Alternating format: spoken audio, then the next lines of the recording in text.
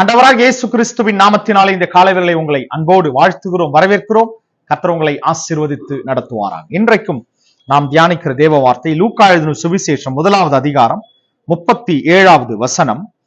தேவனாலே கூடாத காரியம் ஒன்றுமில்லை என்றான். கர்த்தருடைய பரிசுத்த நாமத்திற்கு ஸ்தோத்திரம். கர்த்தருடைய வார்த்தை இப்படியாய் சொல்லுகிறது. பாருங்க, உண்மையாகவே காபிரியேல் தூதன் ஆண்டவராகிய இயேசு கிறிஸ்து பிறப்பை குறித்ததான ஒரு செய்தியை மரியாளுக்கு தெரிவிக்கிற இந்த காரியத்துல காபிரியேல் சொல்லுகிற ஒரு வார்த்தை தான் இந்த வசனம். தேவனாலே கூடாத காரியம் ஒன்றுமில்லை என்றான். அருமையான தேவ பிள்ளைகளே, தேவனாலே கூடாத காரியம் ஒன்றுமில்லை. இன்றைக்கும் நாம் அநேக காரியங்கள், பலவிதமான எதிர்பார்ப்புகள், இவைகளை குறித்து அநேக நேரங்களிலே கவலைப்பட்டு கலங்கி, இந்த காரியங்கள் என்னமாய் முடியும், இந்த காரியங்கள் எப்படியாய் நடக்கும் என்கிற எதிர்பார்ப்போடு பலவித மோதல்களோடு காத்திருக்கிறோம். இது சரியா நடக்குமா நடக்காதா, இந்த பிரச்சனைகள், கடன் பிரச்சனைகள், பாரங்கள், இதுல இருந்து நான் வெளியில வர முடியுமா? அருமையான தேவ பிள்ளைகளே, இந்த காலவேளை இந்த காணொளி பார்க்கிற உங்களுக்கு தான் இந்த செய்தி. உண்மையாகவே தேவனாலே கூடாத காரியம் ஒன்றுமில்லை. இவ்வளவு லட்சம் கடன் எங்களுக்கு இருக்க, எங்கள் வாழ்நாள் முழுவதும் எங்களால் அடைக்கவே முடியாது. உண்மையாகவே இது எங்கள் சக்திக்கு மீறின காரியம். இது என்னுடைய சாமர்த்தியத்துல, என்னுடைய காரியத்துல, என்னுடைய பலனால ஒண்ணுமே செய்ய முடியாது. நான் எத்தனை வருஷமானாலும் இதை நடப்பிக்கவே முடியாது. உண்மையாகவே மனிதர்களால் அநேக காரியங்கள் செய்ய முடியாமல் இருக்கலாம். மனிதனுக்கு அவ்வளவுதான் பலன் உண்டு. ஆனா நல்லா கவனிங்க, நாம் ஆராதிக்கிற தேவன் அவர் சர்வ வல்லமை உள்ள தேவன். வானத்திலும் பூமியிலும் அண்ட சராசரங்களிலும் அவர் என்ன நினைக்கிறாரோ அவருடைய சித்தத்திற்கு ஏற்றது போலதான் எல்லா காரியங்களும் நடைபெற்றுக் கொண்டிருக்கிறது. அவர் சொல்ல ஆகும், அவர் கட்டளையிட நிற்கும் என்று கர்த்தருடைய வார்த்தை சொல்லுகிறது. அப்ப நல்லா கவனிங்க, அவர் என்ன சித்தம் கொண்டிருக்கிறாரோ அதுதான் வானத்திலும் பரலோகத்திலும் இந்த பூமியிலும் அண்ட சராசரங்களிலும் நடைபெற்றுக் கொண்டிருக்கிறது.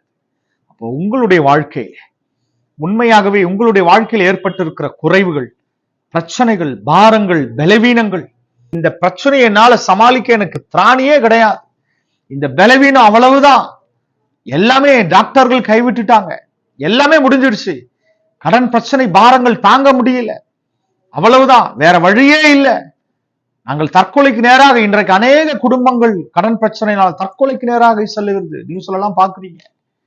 உண்மையாகவே தேவ பிள்ளைகளே, இதெல்லாம் என்ன காரணம்?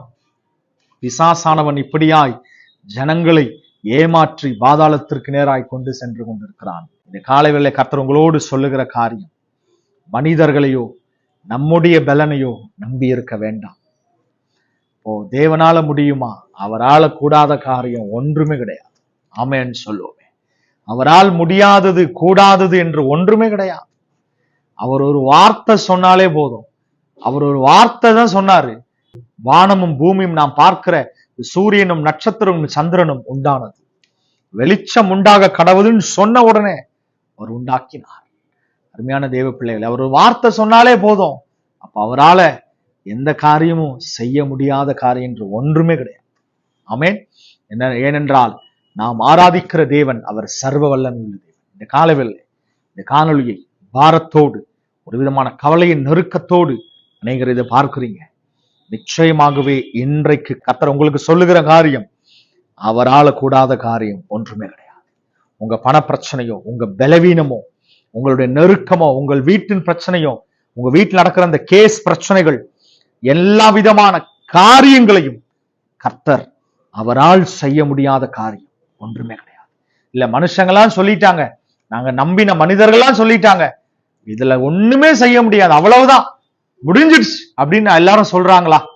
கவலையே விடாதீங்க. இன்றைக்கு கர்த்தர் மறுபடியுமாய் உங்கள் இந்த காலவில் உங்களிடத்துல சொல்லுகிறார், அவரால் செய்ய முடியாத காரியம் ஒன்றுமில்லை. கர்த்தரை நம்பியிருங்கள். இந்த காலவில் தேவனாலே கூடாத காரியம் ஒன்றுமே கிடையாது.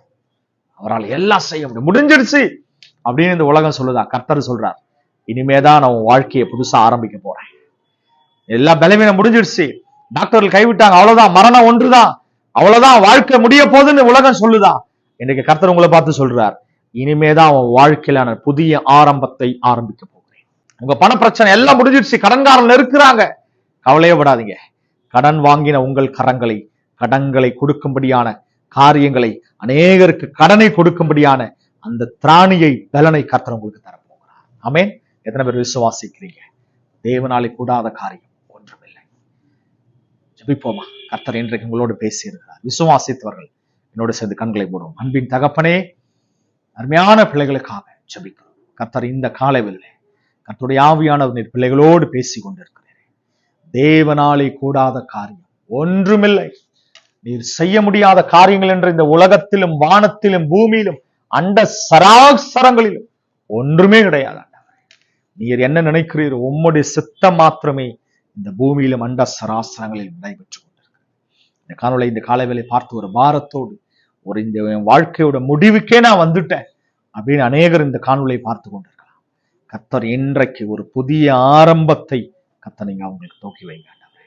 இன்றைக்கு கர்த்தர் உங்களுக்கு ஒரு புதிய ஆரம்பத்தை இன்றைக்கு தொடங்குவதற்காக தகப்பனே, இந்த பிள்ளைகளை எல்லா இருதயத்தின் பலவீனங்கள், எல்லா சோர்வுகள், கடன் பிரச்சனைகள், பாரங்கள், இன்றைக்கு அவர்களை அழுத்தி கொண்டிருக்கிற எல்லா பிரச்சனைகளையும் இயேசுவின் நாமத்தினாலே கர்த்தர் விடுதலை செய்கிறாங்க.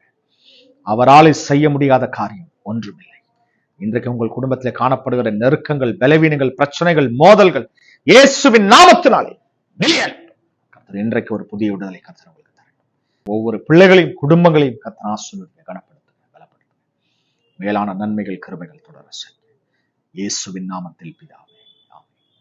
அருமையான தேவ பிள்ளைகளே, இன்றைக்கு கர்த்தர் உங்களோடு பேசி இருக்கிறார். கர்த்தருடைய ஆவியானவர் ஒவ்வொரு குடும்பங்களையும் இன்றைக்கு விடுதலை செய்திருக்கிறார். உங்களை கட்டி வைத்திருந்த எல்லா விதமான நெருக்கத்தின் சங்கிலிகளையும் கர்த்தர் விடுதலை செய்திருக்கிறார்.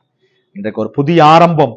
விசுவாசித்திருங்கள். நீங்கள் விசுவாசிக்க வேண்டிய ஒரே காரியம், நாங்கள் ஆராதிக்கிற தேவனாலே கூடாத காரியம் ஒன்றுமில்லை. தொடர்ந்து விசுவாசிங்கள், தொடர்ந்து அவருக்குள் பலப்படுங்கள், நினைத்திருங்கள். God bless you. ஆமென்.